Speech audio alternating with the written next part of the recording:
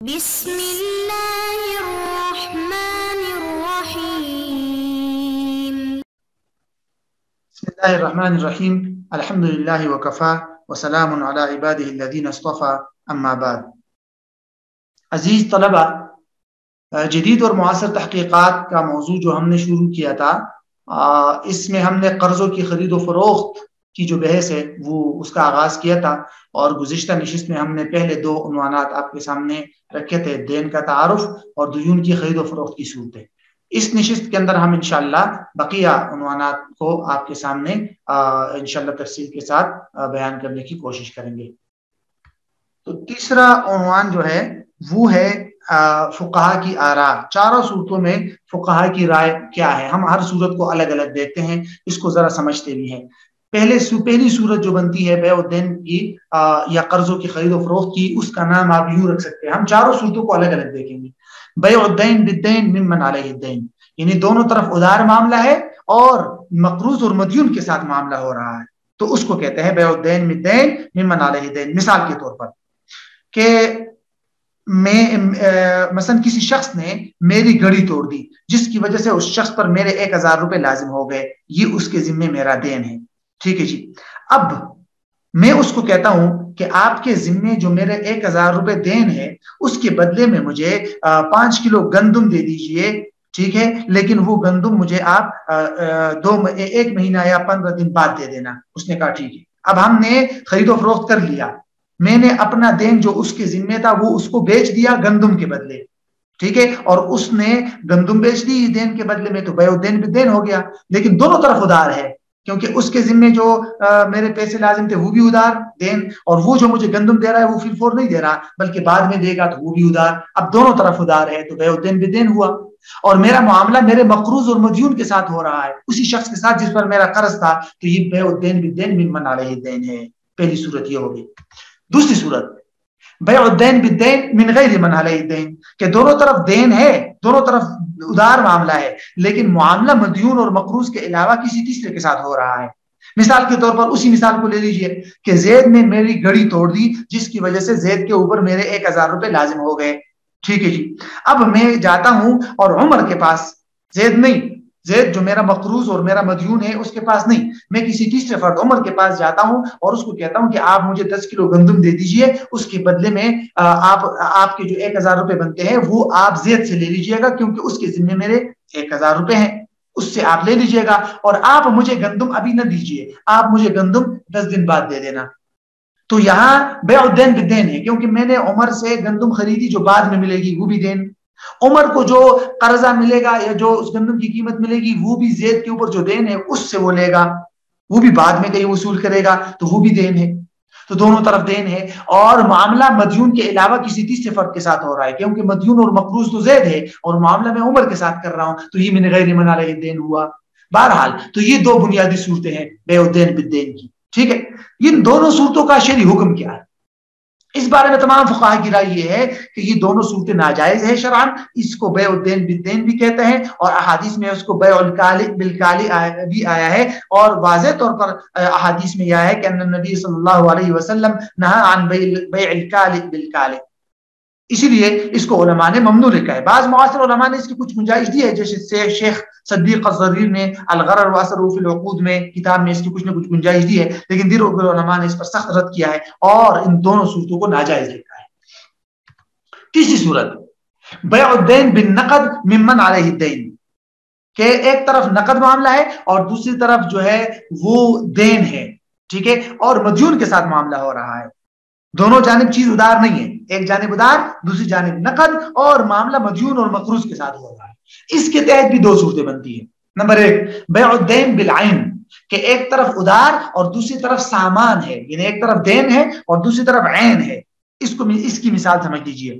مثال یہ ہے کہ مثال کے طور پر کہ عمر کے ذمے یا زید کے ذمے میرے 1000 روپے دین ہے، ٹھیک ہے جی، اور میں نے اس کو کہا کہ بھائی آپ کے ذمے جو میرے 1000 روپے دین ہے اس کے بدلے میں آپ کے پاس جو یہ کتاب ہے یہ مجھے دے دیجئے، اور میں نے اس سے کتاب فوراً لے لی، تو یہ ہے بیع الدین بالعین، ایک طرف میرا دین تھا اس کے ذمے اور دوسری طرف میں نے اس سے کیا لے لیا، عین، کتاب کی شکل میں۔ ٹھیک ہے، ٹھوس مادی چیز میں نے لے لی، تو یہ بیع الدین بالعین ہے. اور بیع الدین بالنقد ہے، کیونکہ اس کے ذمے تو میرا ادھار تھا لیکن ادھر سے ادھار نہیں ہے، ادھر سے فوراً میں نے چیز لے لی تو نقد ہے. تو یہ ہو گئی بیع الدین بالنقد ممن علیہ الدین کی پہلی صورت، بیع الدین بالعین. دوسری صورت ہے بیع الدین بالنقد، کہ ایک طرف دین ہے اور دوسری طرف عین نہیں ہے، نقود وغیرہ ہے.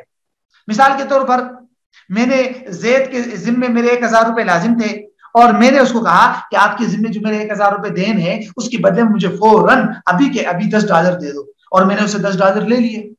تو اب ایک طرف دین ہے اور دوسری طرف نقد ہے، اور ہے بھی معاملہ مدیون کے ساتھ، تو اس لیے اس کو کہتا ہے بیع الدین بالنقد. تو یہ تیسری صورت ہے، اور تیسری صورت کے اندر بھی ضمنی 2 صورتیں بنتی ہے. اب ان تمام صورتوں کا شرعی حکم دیکھتا ہے، یعنی اس تیسری صورت کی ضمنی دونوں صورتوں کا. تو اس تیسری صورت کی ضمنی جو دونوں صورتیں ہیں اس پر تمام پر تقریباً فقہا کا اتفاق ہے کہ یہ شرعاً جائز ہے، بشرطی کہ اس میں سود وغیرہ لازم نہ آئے.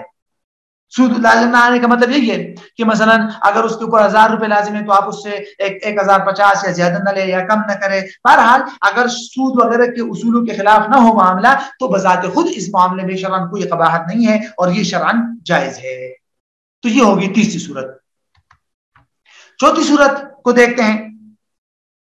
چوتھی صورت ہے بیع الدین بالنقد من غیر من علیہ الدین. اس کو بھی الگ الگ سمجھیے آپ. کیا ہے؟ بیع الدین بالنقد ہے، یعنی ایک طرف ادار ہے اور دوسری طرف نقد ہے، اور من غیر من علیہ الدین مدیون یا مقروض کے علاوہ کسی تیسرے فرد کے ساتھ معاملہ ہو رہا ہے. مقروض کے ساتھ نہیں ہے معاملہ، کسی اور فرد کے ساتھ معاملہ ہو رہا ہے. ٹھیک ہے. تو مثال کے طور پر اس کو مثال سے سمجھتے ہیں، پھر اس کی ذیلی صورتوں کی طرف جاتے ہیں. مثال کے طور پر میرے جو ہے زید کے اوپر 1000 لازم ہے اور میں جا کر عمر سے کہتا ہوں، عمر سے میں فوراً کتاب لے لیتا ہوں اور قبضہ کر لیتا ہوں، یا اس سے $10 لے لیتا ہوں 10 اور اس کو کہتا ہوں کہ اس کتاب یا $10 کی جو قیمت ہے وہ آپ جا کے زید سے لے لینا. تو زید سے جو وہ لے گا وہ تو دین ہے، میں نے عمر سے ابھی $، یا کتاب لے لی جو کہ نقد ہے، نقد ہے ادھار نہیں ہے، تو اس کو کہتے ہیں بیع الدین بالنقد. اور مدیون یا مقروض کے علاوہ ایک تیسرے فرد کے ساتھ میرا معاملہ چل رہا ہے، میرا مدیون اور مقروض زید ہے اور معاملہ میں عمر کے ساتھ کر رہا ہوں، تو اس کو کہتے ہیں بیع الدین بالنقد من غیر من علیہ الدین. اس کے اندر بھی وہی 2 صورتیں ہیں جو پچھلی تیسری صورت کے اندر تھی. کون کون سی؟ بیع الدین بالعین، کہ ایک طرف دین ہے اور دوسری طرف سامان ہے. مثال کے طور پر زید کے ذمے میرے 1000 روپے دین ہے، میں نے عمر کے ساتھ معاملہ کیا اور عمر سے میں نے عین یعنی کہ کوئی کتاب لے لی فوراً، اور اس کو میں نے کہا کہ اس کتاب کی قیمت تم جا کر زید سے لے لینا، وہ اس کے اوپر جو میرا دین ہے. تو اس کو کہتے ہیں بیع الدین بالعین، کہ ایک طرف دین ہے اور دوسری طرف عین سامان ٹھوس چیز ہے، اور ہے بھی معاملہ کسی تیسرے فرد کے ساتھ. مقروض تو زید تھا لیکن معاملہ میرا عمر کے ساتھ ہو رہا ہے. اسی طرح دوسری صورت یہ ہے کہ وہی سمپل وہی سابقہ صورت ہے، بس یہ ہے کہ ایک طرف دین ہے اور دوسری طرف نقود ہے. مثلا میں نے عمر سے $10 لے لیے اور اس کو کہا کہ $10 کے بدلے میں جو پاکستانی 1000 روپے بنتے ہیں وہ آپ زید سے بعد میں لے لینا جو کہ دین ہے. تو ایک طرف دین ہے جو زید کے اوپر لازم تھا اور دوسری طرف جو ہے دین نہیں ہے، ادھار نہیں ہے بلکہ نقد ہے، نقود کی شکل میں میں نے کرنسی کی شکل میں اس سے لے لیا. لیکن دونوں صورتوں میں ایک بات مشترک ہے، وہ کیا کہ معاملہ میں اپنے مقروض کے ساتھ نہیں کر رہا، اپنے مدیون کے ساتھ نہیں کر رہا، بلکہ ایک تیسرے فرد کے ساتھ کر رہا ہوں. میرا مقروض تو زید تھا لیکن معاملہ میں عمر کے ساتھ کر رہا ہوں، تو اس کو کہتا ہے بیع الدین من غیر من علیہ الدین. عمومی طور پر اس کو علماء مختصراً یوں ذکر کرتے ہیں بیع الدین من غیر من علیہ الدین. اب اس کا شرعی حکم دیکھتے ہیں. اس کے شرعی حکم میں فقہا کا تفصیلی اختلاف موجود ہے. فقہائے حنفیہ اور فقہائے حنابلہ کے ہاں یہ صورت جائز نہیں ہے. چوتھی صورت کی ضمنی دونوں صورتیں جائز نہیں ہیں.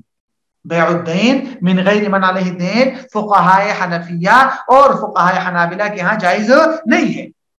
اس کی الگ وجوہات ہے، فقہ کتابوں کے اندر آپ تفصیل کے ساتھ دیکھ سکتے ہیں، بدائع الصنائع وغیرہ میں ہے کہ ایک تو اس میں غیر مقدور تسلیم چیز کو بیچا جا رہا ہے، اور بہرحال 2-3 خرابیاں انہوں نے ذکر کی ہے، لیکن فقہائے حنفیہ اور حنابلہ اس کی اجازت نہیں ہے. دوسری رائے فقہائے مالکیہ کی ہے. فقہائے مالکیہ تقریباً 4-5 شرائط کے ساتھ اس صورت کی اجازت دیتے ہیں. مثلا یہ ہے کہ اصل مقروض جو ہے وہ شہر میں موجود ہو، اور اسی طرح دوسری شرط یہ ہے کہ وہ قرض کا اقرار بھی کرتا ہو، اور اسی طرح دین کو دونوں طرف دیون کی جنس ایک دوسرے کے خلاف ہو، سونا چاندی کے علاوہ کسی اور چیزوں میں یہ تبادلہ ہو رہا ہو. تو اس طرح کی شرائط کا انہوں نے تذکرہ کیا ہے. الدسوقی علی الشرح الکبیر میں اس کی تفصیل موجود ہے.